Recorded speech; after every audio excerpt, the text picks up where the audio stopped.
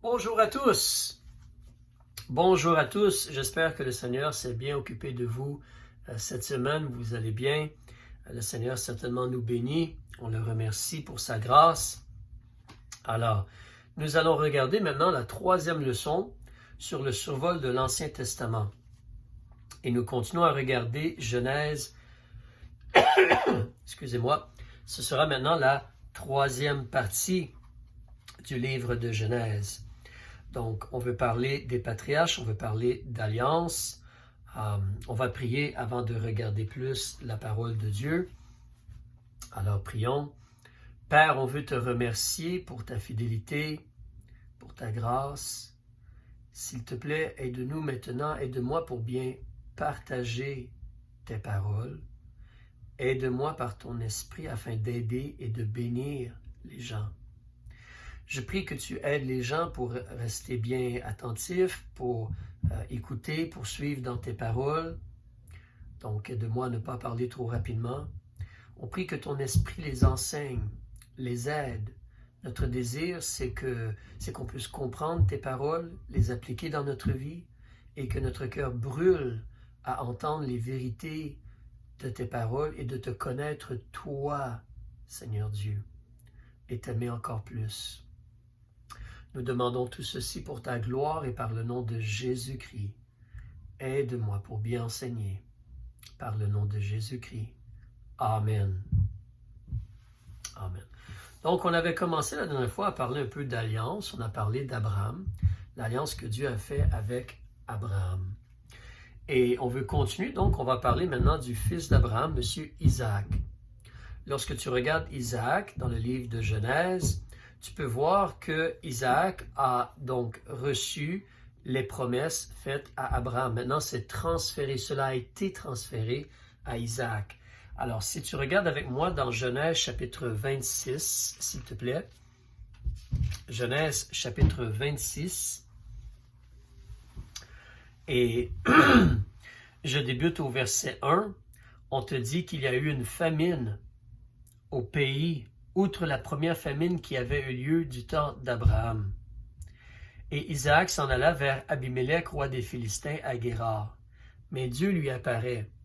Et à partir du verset 2, Dieu lui dit de ne pas descendre en Égypte, mais de demeurer dans le pays que Dieu lui dirait. Et au verset 3, donc, on voit les mots, on voit la promesse ou l'alliance, et les promesses, je devrais dire plutôt l'alliance. Verset 3, séjourne dans ce pays, le pays de Canaan, et je serai avec toi, et je te bénirai, car je donnerai à toi et à ta postérité tous ces pays-ci, et je mettrai à exécution le serment que j'ai fait à Abraham, ton père.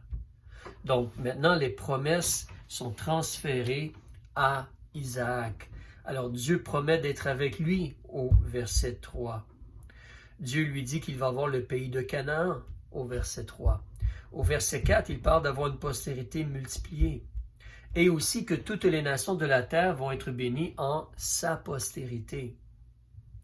On peut noter le verset 5 nous dit que c'est parce qu'Abraham a obéi à ma voix et a gardé ce que je lui avais ordonné, mes commandements, mes statuts et mes lois. Donc, Dieu agit ainsi envers la postérité ou les descendants d'Abraham, envers Isaac ici, mais c'est parce qu'Abraham a obéi, parce qu'il a gardé les paroles. On veut se rappeler, on est sauvé par la foi, on est sauvé parce qu'on espère dans le travail, le sacrifice, la rançon de Jésus payé à la croix. Mais Jésus nous a dit en Jean chapitre 14, verset 15, « Si vous m'aimez, gardez mes commandements. » Nous ne gardons pas les commandements pour être sauvés. Nous gardons les commandements parce que nous aimons le Seigneur Dieu. Et l'obéissance amène évidemment la bénédiction du Seigneur Dieu. Et l'obéissance fait en sorte qu'on goûte vraiment les promesses de Dieu. Donc, alors, ici, on veut se rappeler justement peut-être des questions pourraient être, notez ceci peut-être sur une feuille de papier, si vous le pouvez, mais une question pourrait être de nommer peut-être une, deux ou trois choses que Dieu a promises à Isaac, comme pour dans ce qu'on vient de lire maintenant. On vient d'en nommer 3 ou 4 là. On les voit au verset 3 et verset 4. Dieu va être avec lui. Il va voir le pays, sa postérité. Je vais vous donner le temps d'écrire. Dieu va être avec lui. Il va avoir le pays de Canaan. La postérité va être multipliée.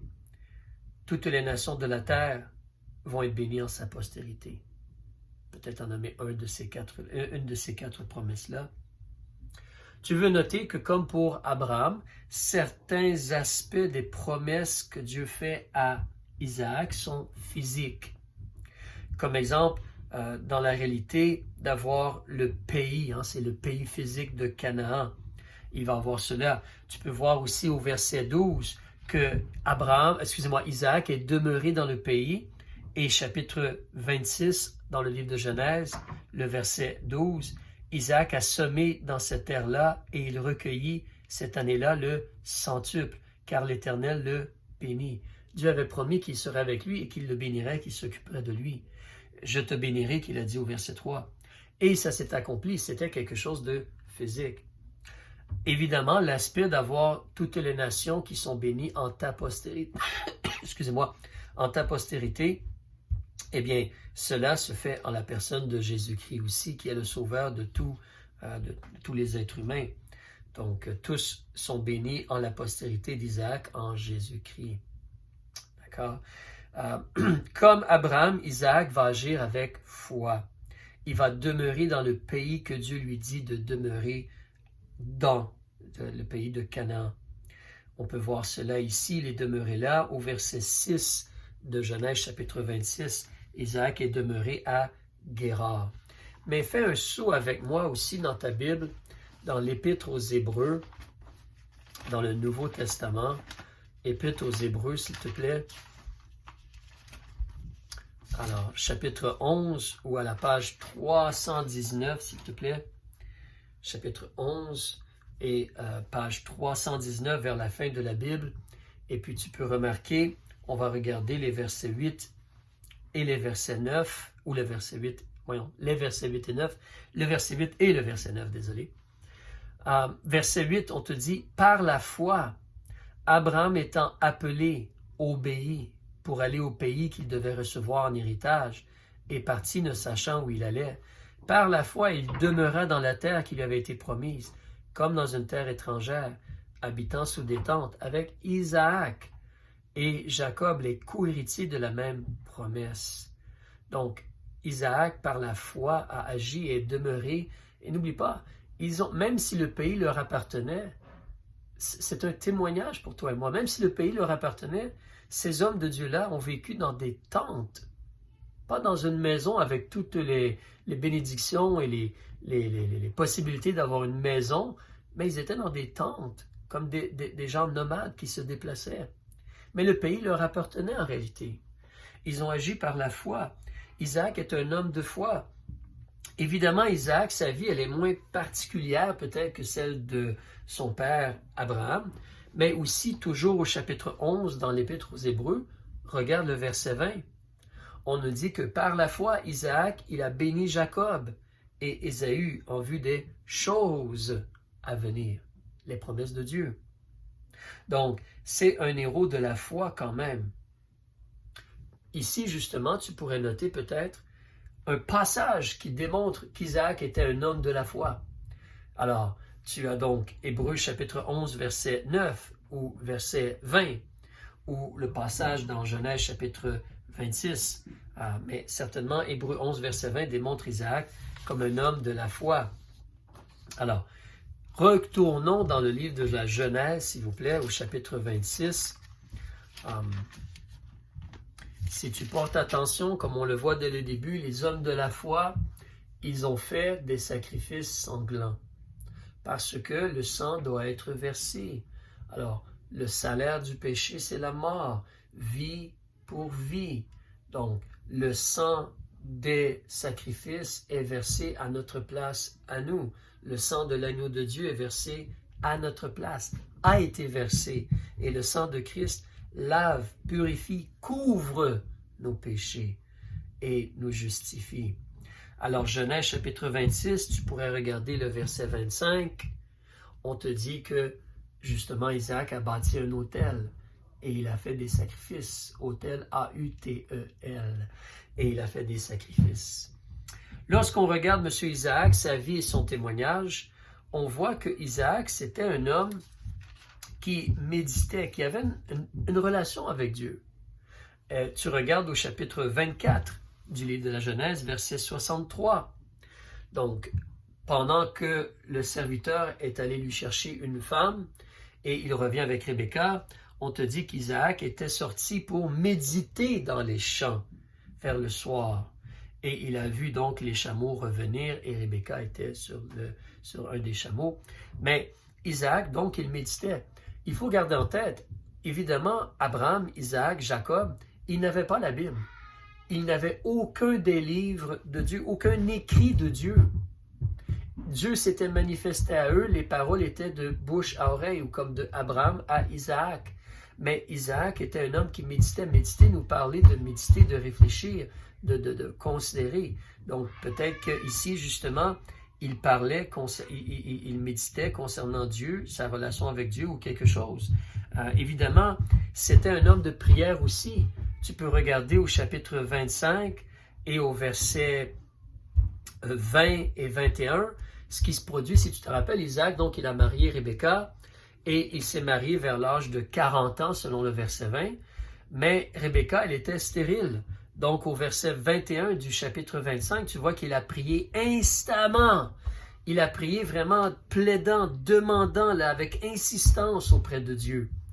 Et 20 ans plus tard, lorsqu'il a eu 60 ans, 2 enfants sont nés. Donc, c'est un homme de prière. Il a prié pendant une vingtaine d'années pour avoir des enfants. Et aussi, malheureusement, quand tu regardes Isaac, tu vois que, comme son père, il a fait en réalité le même mensonge que son père, disant que ce n'était pas sa femme, c'était comme sa sœur ou quelque chose. Donc, il a fait le même mensonge que son père. Ça, c'est un certain enseignement ou avertissement pour toi et moi. Dieu voulant, tu vas te marier, tu vas avoir des enfants. Dieu m'a béni, moi, avec 9 enfants. Mais la réalité, c'est que nos enfants nous voient et malheureusement, des fois, recopient ou font les moins bonnes choses que l'on fait. Malheureusement. C'est pourquoi, en tant que parent, il est très important de faire attention par la grâce de Dieu, évidemment, pour avoir un témoignage qui est exemplaire. Nous ne serons pas parfaits, mais il nous faut bien influencer nos enfants par notre vie. Aussi, tu peux voir que, justement, Isaac, avec ses 2 enfants, Ésaü et Jacob, malheureusement, il semble que Isaac, il a oublié la déclaration de Dieu. Tu regardes au chapitre 25, lorsque sa femme Rebecca est devenue enceinte, Dieu avait averti, chapitre 25, verset 23. Dieu a dit, 2 nations sont dans ton ventre, et 2 peuples se sépareront au sortir de tes entrailles. Un de ces peuples sera plus fort que l'autre, et le plus grand servira le plus petit. Donc le deuxième à sortir va avoir le dessus sur le premier. Donc Jacob, le deuxième à sortir, a le dessus sur le premier Ésaü et ses 2 peuples. Dieu avait révélé cela, que Jacob avait en réalité la prééminence, si nous pourrions dire, la première place. Mais Isaac semble avoir oublié cela parce que lorsque tu suis l'histoire, lorsque tu regardes le chapitre 27, on ne va pas tout le lire, le temps nous manquerait, c'est un long chapitre, mais en lisant le chapitre 27, ou de mémoire, tu vois que Isaac veut bénir son premier fils Ésaü et comme lui donner la bénédiction. Mais en réalité, la bénédiction, la prééminence revient plutôt à Jacob. Il semble avoir oublié cela. Il voulait comme bénir plutôt Ésaü. Mais plus tard, dans la grâce de Dieu, Dieu n'a pas besoin du mensonge des hommes, mais dans la grâce de Dieu, il a béni Jacob. Si tu regardes au chapitre 28, versets 1 à 3, comme tu peux entendre, j'ai 9 enfants, il y a beaucoup de bruit chez moi. Alors, mais au verset 1, je ne sais pas si vous entendez les choses, mais moi je les entends. Peu importe. Chapitre 28, verset 1, on nous dit justement que il a appelé son fils Et il lui a dit au verset 2 d'aller à Padan-Aram chercher une femme.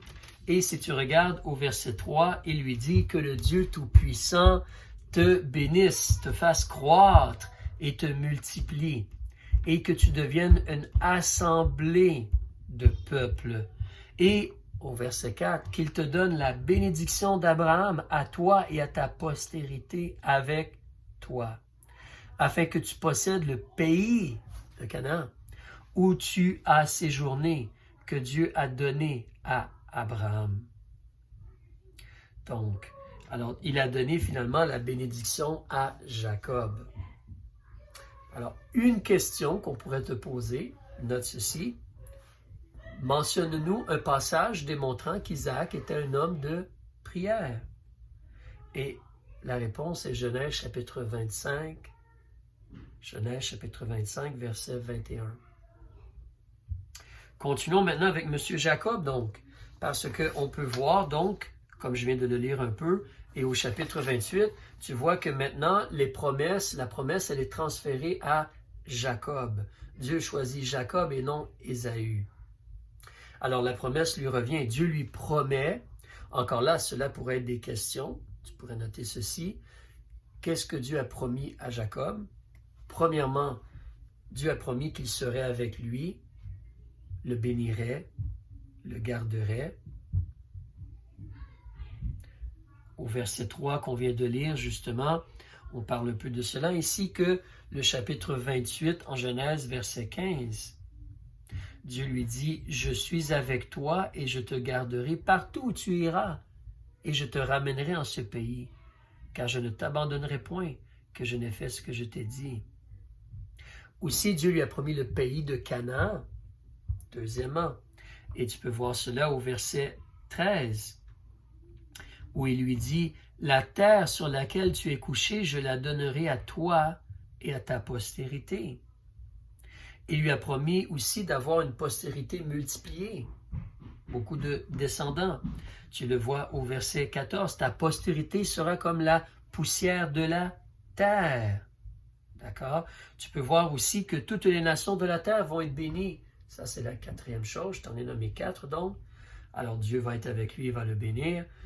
Il va avoir le pays de Canaan, sa postérité physique va être multipliée, et toutes les nations de la terre vont être bénies en lui et en sa postérité.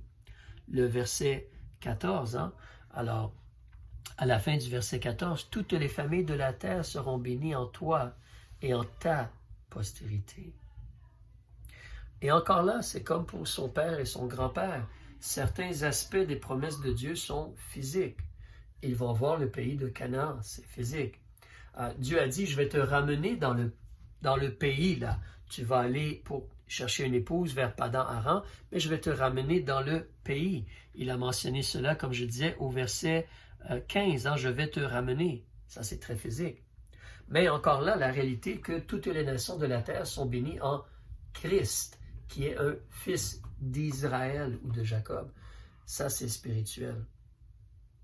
Jacob aussi, comme son père et son grand-père, c'est un homme de foi. Il va demeurer dans le pays avec sa parenté. Pour l'instant, il va se chercher une épouse, mais ensuite il va revenir, puis il va habiter dans le pays et dans des tentes aussi. Lui, il va acheter un petit morceau de terrain. Tu peux voir cela dans le livre de Genèse à un moment donné, mais il va demeurer donc par la foi dans le pays, comme Isaac et comme Abraham. Plus tôt, on avait lu Hébreux chapitre 11, versets 8 et 9. On ne va pas le relire. Et évidemment, Jacob aussi, il a fait des sacrifices sanglants. Tu pourrais voir cela au chapitre 33, verset 20, si tu veux placer tes yeux à cet endroit-là. On te dit, Genèse chapitre 33, verset 20, Jacob, donc, il a dressé un autel, il l'a appelé El Eloé Israël. Et c'est dans le verset, juste avant le verset 19, tu vois qu'il a acheté de la main des fils de Hémor la portion de champ où il avait dressé sa tente. Donc lui, il a acheté un petit terrain, mais un petit endroit, mais sinon, il était là, dans le pays, il est demeuré là. Le pays lui appartenait, mais il ne goûtait pas pleinement tout cela. Lorsque tu regardes la vie de Jacob, son témoignage, que pouvons-nous apprendre? Que pouvons-nous apprendre? Cela aussi serait... oui, cela... Non. Excuse-moi, je me mélange dans mes notes. Mais donc, désolé. On apprend que Jacob, il a acheté le droit d'aînesse de son frère. Il a acheté le droit d'aînesse de son frère. On apprend aussi que Jacob, c'était un homme qui trompait et qui lui-même a été trompé par son beau-père, Laban. Son nom, Jacob, comme les Écritures nous le disent, veut dire supplanter. Il tenait le talon de son frère comme pour le tirer et prendre sa place. On peut voir cependant aussi que Jacob, c'est un homme de prière. Tu te rappelles au chapitre, peut-être tu te rappelles, au chapitre 32, lorsque Jacob, justement, il a traversé le torrent. Je regarde comme exemple au chapitre 32, verset...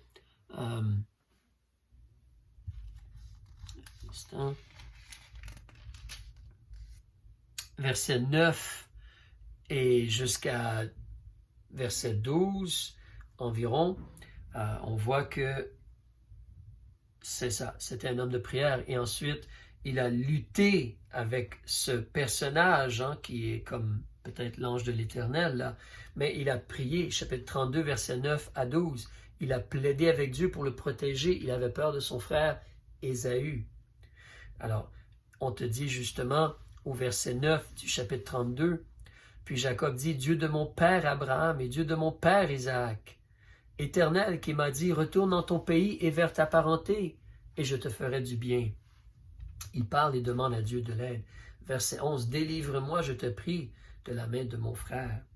Alors c'est un homme de prière. Donc ceci pourrait être une question aussi. Partage-moi un passage, nomme-moi un passage démontrant que Jacob est un homme de prière. Genèse chapitre 32, versets 9 à 12. Alors cet endroit-ci, lorsqu'il il est en danger à cause de son frère Ésaü. Ensuite, on apprend aussi que Jacob, il semble, a enseigné à ses femmes au sujet du vrai Dieu. Parce que nous savons que la famille de Laban avait des idoles. Si tu lis l'histoire, tu vas voir que, en réalité, en réalité, si tu lis l'histoire, tu peux voir que Rachel, elle a volé les téraphimes de son père. Et elle s'était comme assise, là, il y avait le bas, je crois. Béaté, elle s'est assise. Et puis, donc, il y avait des idoles, des faux dieux. Mais quand les femmes ont accouché, si tu regardes avec moi au chapitre 29, quand les femmes ont accouché, généralement, elles parlaient de l'Éternel. De l'Éternel. Chapitre 29. Mais qui a dit à ces dames-là, qui a parlé, qui a enseigné à ces dames-là au sujet de l'Éternel? Même lorsque elles étaient comme Rachel qui était stérile, elle a justement, Dieu s'est souvenu d'elle. Est-ce qu'elle a prié à Dieu donc? Mais qui lui a appris à prier à ce vrai Dieu-là? Le Dieu Tout-Puissant, l'Éternel, Jéhovah. Alors, on a des raisons de croire qu'il a enseigné à ses femmes au sujet du vrai Dieu, le Dieu de son père, et non les idoles comme ceux que Laban, le père de ces dames-là, avait. Évidemment, cependant, lorsque tu regardes Joseph, tout comme lorsque tu regardes le père Isaac, il est vrai, j'ai oublié de mentionner cela, mais lorsque tu regardes Isaac, parce qu'en réalité, on se recule et Abraham, il a eu un enfant vraiment de sa femme, Isaac. Mais ensuite, lorsque tu regardes Isaac, il a eu 2 enfants de sa femme, Ésaü et Jacob. Et malheureusement, Isaac n'a pas été un bon papa dans cette mesure-ci, où il a préféré un enfant à l'autre. Tu te rappelles, on te dit que Isaac aimait Ésaü et Rebecca aimait Jacob.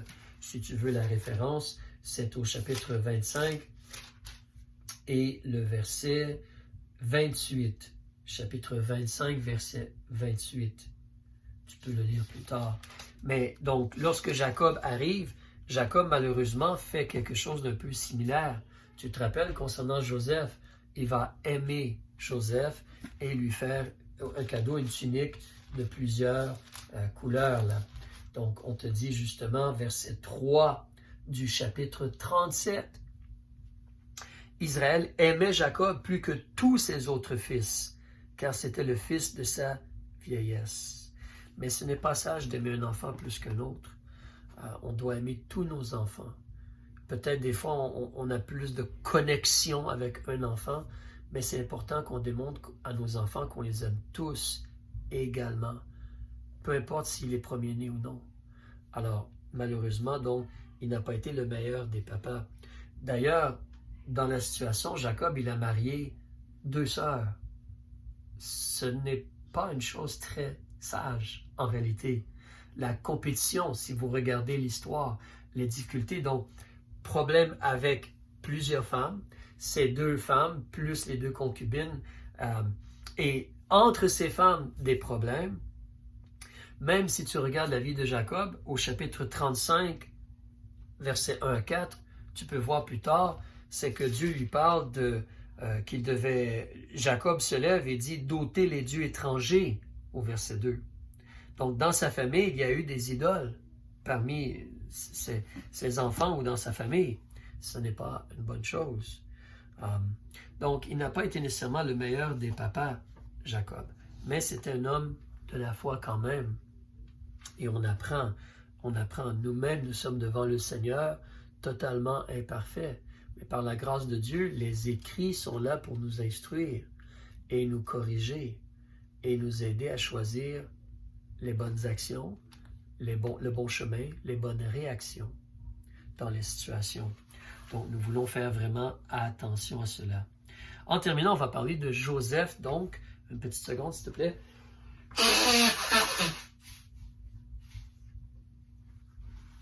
Veuillez m'excuser. Joseph. Donc, alors, la vie de M. Joseph, c'est intéressant. Si tu regardes la vie de M. Joseph, on peut mentionner que la vie de Joseph est comme un type, T-Y-P-E, un type, c'est-à-dire comme un modèle abstrait, une ressemblance.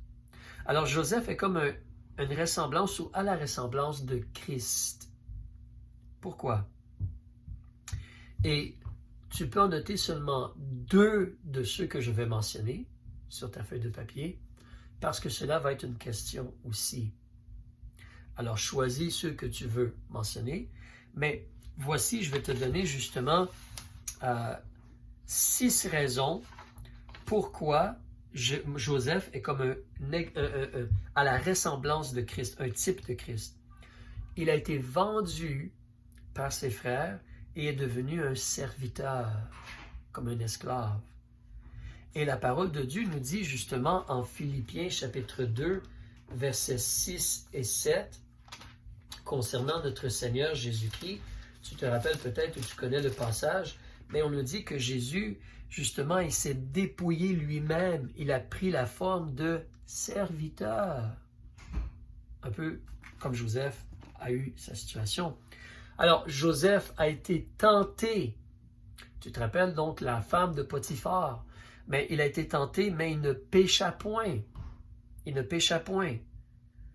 Et c'est comme Jésus-Christ. Il a été tenté pendant 40 jours et pendant 40 jours là dans le désert, mais il n'a pas péché. Ça, c'est 2 raisons. Une 3e raison, pourquoi c'est comme à la ressemblance? Bien, évidemment, Joseph, il a été accusé faussement par la femme de Potiphar et tout. Un peu comme Jésus-Christ, hein? On l'a accusé faussement. Les chefs religieux l'ont accusé faussement.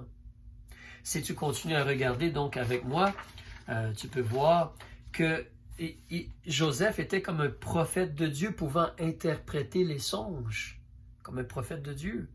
Et Jésus-Christ est un prophète dans le sens qu'il a prophétisé des choses et les gens le voyaient un peu comme un prophète aussi. Alors, ce n'est pas seulement un prophète, Jésus-Christ, évidemment. Il est Dieu qui a pris un corps humain. Il est la parole de Dieu qui a pris un corps humain. Alors, il a toujours existé, Jésus-Christ. Mais quand il était sur la terre, quand il avait un corps humain, il a prophétisé des choses qui se sont accomplies et qui vont s'accomplir, comme Matthieu chapitre 24, là, à la fin des temps. Donc, Jésus est considéré comme un prophète. Et même, je te lis comme exemple, dans Jean chapitre 6, verset 44, on nous dit dans Jean excuse-moi, verset 14, Jean chapitre 6, verset 14. Ces gens, voyant le miracle que Jésus avait fait, disaient, celui-ci est véritablement le prophète qui devait venir au monde. Parce que tu te rappelles, Moïse avait dit, Dieu va envoyer un autre prophète comme moi. Écoutez-le. Tu vois ça dans le livre de Deutéronome.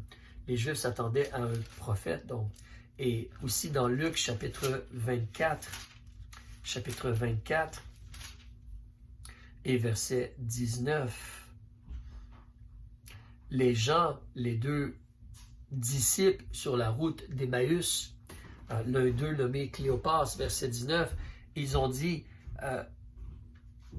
ce qui est arrivé à Jésus de Nazareth, qui était un prophète puissant en œuvre et en parole devant Dieu et devant tout le peuple. Ses disciples le considéraient comme un prophète, ici, là, mais il est plus qu'un prophète, comme je dis. Donc, ça c'était la quatrième chose. La cinquième chose, donc, pourquoi Jésus est comme à la ressemblance, ou Joseph est à la ressemblance de Jésus, veuillez m'excuser, c'est que, désolé, Joseph a été utilisé par Dieu pour libérer, pour délivrer son peuple, pour les sauver, pour les garder en vie. Donc, étant maintenant placé comme un dirigeant en Égypte. Évidemment, Jésus, il est le sauveur du monde, le libérateur qui nous soutient. Le soutien de la vie, de ma vie, de ta vie, Dieu voulant. Alléluia, si tu es sauvé, tu es né de nouveau.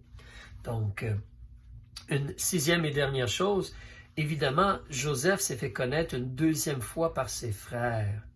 Parce que 2 fois, ils sont descendus en Égypte et la deuxième fois, ils l'ont reconnu. Et tu vois cela aussi avec Jésus-Christ, entre autres dans le livre de l'Apocalypse, au chapitre 1 et au verset 7, on le dit justement, « Voici, il vient sur les nuées, et tout œil le verra, ceux-mêmes qui l'ont percé. » Donc les Juifs l'ont vu une fois, il va revenir une deuxième fois, et les Juifs vont se convertir. Mais la deuxième fois, il va être connu ou reconnu par la nation israélite. Dans la parole de Dieu, on nous dit, dans le livre de Zacharie, qu'un tiers de la nation va se convertir à Dieu. Et 2 tiers vont plutôt passer comme au feu. Je peux te donner le passage là pour ne pas te laisser un peu avec des points d'interrogation.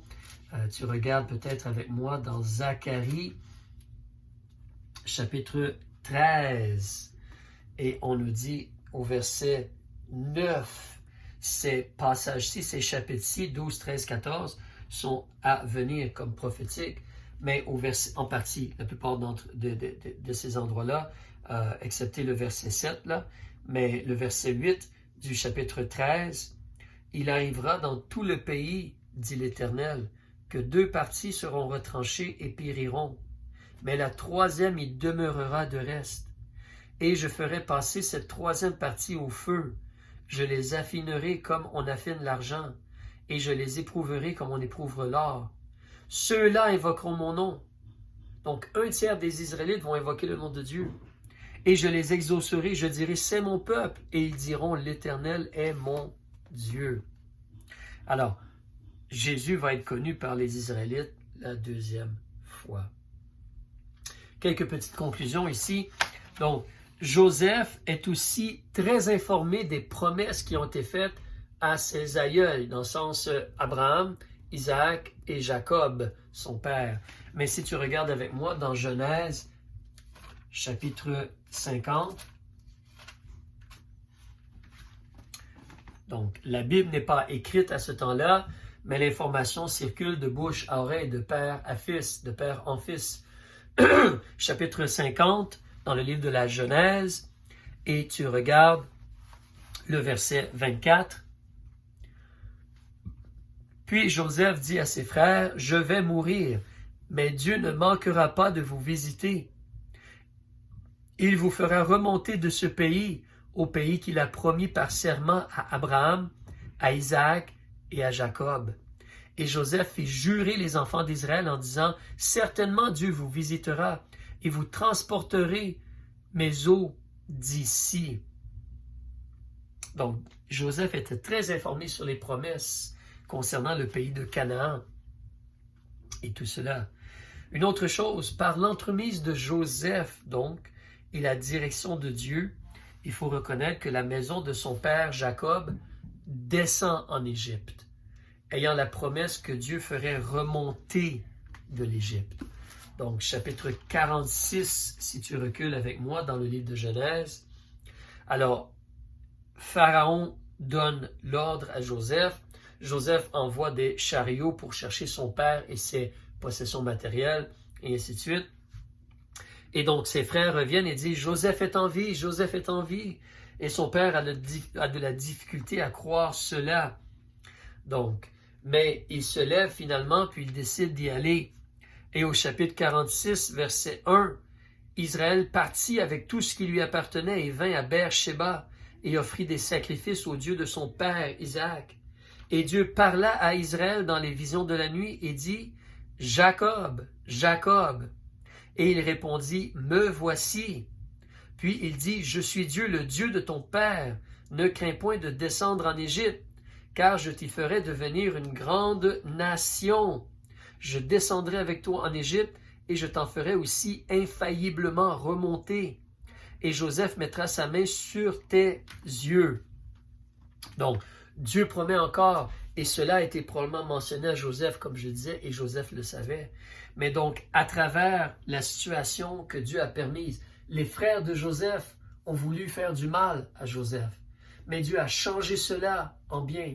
Et Dieu utilise cela et utilise Joseph pour que sa famille aille en Égypte, parce que Dieu avait dit que les descendants d'Abraham iraient dans un pays et seraient maltraités, et Dieu les délivrerait de ce pays-là. On avait parlé de cela, tu peux le voir dans Genèse chapitre 15. Dans Genèse chapitre 15, on ne va pas le lire maintenant, mais Dieu en parle. Je crois que c'est autour du verset 9-10. Un instant, je te donne la référence, tu pourras la regarder tantôt. À partir du verset 13 jusqu'à environ 16. Genèse chapitre 15, verset 13 à 16. Donc, mais alors, Dieu va les emmener en Égypte et Dieu va les faire sortir de là, puis ils vont être une nation. Ça, c'est le livre d'Exode qui s'en vient bientôt. Il faut noter aussi qu'à cause de Joseph, ils ont les meilleures terres pour leurs troupeaux. Tu vois cela au chapitre 45, versets 17 et 18. Pharaon dit à Joseph, « Dis à tes frères, faites ceci, chargez vos bêtes, allez retournez au pays de Canaan, et prenez votre père et vos familles, et venez vers moi, et je vous donnerai le meilleur du pays d'Égypte, et vous mangerez la graisse de la terre. » Et ensuite, au chapitre 47, verset 11, aussi, Jacob assigna une demeure à ses pères et à ses frères, et il leur donna une possession au pays d'Égypte, dans le meilleur endroit du pays, dans le pays de Ramsès, comme l'avait ordonné Pharaon. Donc, ils sont vraiment bénis, les descendants maintenant, les fils d'Israël, et ils vont procréer, ils vont se multiplier, mais ils vont être dans une situation où ils sont vraiment bénis, là, ayant la meilleure place dans le pays, les meilleures terres et tout cela.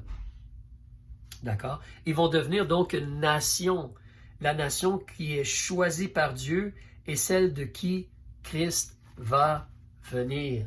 Je vous lis rapidement, ne tournez pas, je vous lis en Romains, peut-être tu veux le noter, Romains chapitre 9, versets 5, 4 et 5. Versets 4 et 5, on parle d'Israélites à qui appartiennent l'adoption, la gloire, les alliances, les promesses, l'établissement de la loi, le service divin et les promesses, qui descendent des pères et de qui est sorti selon la chair Christ, qui est Dieu au-dessus de toutes choses, béni éternellement. Et c'est par lui que toutes les nations de la terre sont bénies. D'accord? Donc, en Israël, les Israélites ont ou avaient cela. Peut-être une petite mention ici, de façon simple. Des fois, il se peut, en regardant des vidéos sur l'Internet, que tu vois, les gens vont parler, des fois, ils vont utiliser un mot, plutôt en anglais, peut-être plus qu'en français, mais ils vont parler de dispensation. Et ils vont regarder l'histoire de l'être humain, puis ils vont dire qu'il y a 6, 7 ou 8 plutôt 7, 8 ou 9 dispensations. Alors, en anglais, dispensation se dit très bien. En français, dispensation, c'est peut-être un petit peu différent, mais c'est cette idée-là que c'est comme si on sépare en sections l'histoire de l'humanité. Et ici, certainement, on a le mot « alliance » au pluriel, en Romains chapitre 9, verset 4, les alliances. Donc, la promesse d'avoir le pays, l'alliance de Dieu pour qu'Israël ait le pays, l'alliance de Dieu pour que les postérités soient bénies les nations soient bénies en la postérité d'Abraham, excuse-moi. Après cela aussi, Dieu a promis que c'est à travers David que le Messie devait naître. Donc là, tu as une autre alliance avec David, que le Messie va venir de ta maison, David, et un roi va venir qui va régner pour toujours. Il va toujours y avoir un fils de David qui va régner sur Israël. Cette promesse-là s'accomplit en Jésus. Mais de retour donc sur cette idée de dispensation. Alors, les gens veulent diviser l'histoire de la race humaine, depuis la création jusqu'à l'éternité, en division, comme je dis, en sections. Il est vrai qu'au tout début, c'était un peu différent parce que Adam, dans le paradis, Dieu parlait avec Adam. Adam avait une relation parfaite avec Dieu. Nous n'avons plus cela aujourd'hui. Donc, Dieu dispensait ou donnait ou agissait un peu différemment dans ce temps-là. C'est vrai. Après cela, tu as Noé, ou autour du temps de Noé, des fois on va parler de l'idée d'une conscience. Parce que Genèse chapitre 6, tu peux regarder avec moi, en Genèse chapitre 6, tu vas voir au verset 3 que Dieu dit « Mon esprit ne contestera point dans l'homme à toujours. Dans son égarement, il n'est que chair. » Comme si l'Esprit de Dieu conteste avec notre esprit. Nous avons une conscience. On parle de comme le pouvoir quand même nous-mêmes réaliser un peu ce qui est bien de ce qui est mal. La parole de Dieu nous donne la lumière parfaite. L'Esprit de Dieu nous aide à comprendre et mettre en pratique la lumière parfaite. Mais donc, autour du temps de Noé, des fois les gens appellent cela le temps de la conscience. Mais évidemment, après Noé, cela change parce que Abraham arrive. Et là, Dieu prépare l'idée d'avoir une nation. Donc, à partir d'Abraham jusqu'à la venue de Christ, ou la destruction de la ville de Jérusalem et la dispersion d'Israël, tu as ce moment-là où c'est la nation d'Israël. La nation d'Israël. Après cela, maintenant, nous avons, c'est comme l'âge de la grâce, le temps de la grâce, où l'Évangile est prêché, les nations se convertissent, des églises sont débutées à travers le monde. Donc, le temps de la grâce. Évidemment, par la suite, nous savons que Jésus va revenir. Et là, il va y avoir le millénium. Apocalypse chapitre 20. Jésus va régner pendant 1000 ans. Donc, je mentionnerai que quand c'était le temps de la nation d'Israël, le temps de cette alliance-là avec Israël, il y avait des choses, Dieu avait une certaine relation avec les hommes et on était sous la loi. Mais présentement, depuis que Jésus est venu, nous ne sommes plus sous la loi. Alors, je n'ai pas à circoncire mes enfants, mes garçons. Je peux manger du porc. Je n'ai pas à aller au temple à Jérusalem. Il n'y a plus de temple sur la terre. Mon corps, c'est le temple du Saint-Esprit. Le corps de ceux qui sont sauvés, c'est le temple du Saint-Esprit. Nous n'observons plus le sabbat non plus. En réalité, on s'est réunis le premier jour de la semaine, qui est le dimanche. Actes chapitre 20 mentionne que les chrétiens faisaient cela au verset 7. Si tu vas aller voir plus tard. Mais la réalité, c'est que les choses ont changé. Donc, nous ne faisons pas comme les Juifs ou les Israélites dans l'Ancien Testament. Nous lisons les livres de l'Ancien Testament et nous apprenons des choses comme nous le faisons. Mais maintenant, Dieu agit à travers les églises, l'enseignement du Nouveau Testament, le fait qu'on baptise des gens, le fait qu'on prêche l'Évangile, et ainsi de suite. C'est différent. Il n'y avait pas de baptême dans l'Ancien Testament. Pendant le temps du millénium, comme je mentionnais tantôt, pendant 1000 ans, les choses vont être différentes. Jésus va régner sur la terre à partir de Jérusalem. Nous qui sommes sauvés, on va co-régner avec lui sur la terre dans un corps glorifié. Israël va se convertir. Les 12 apôtres vont régner sur les 12 tribus d'Israël. Donc, tout va être différent à ce temps-là. Après le millénium, il y a une dernière rébellion. Et ensuite, le ciel et la terre sont détruits. C'est le jugement du grand trône blanc. Puis c'est l'éternité.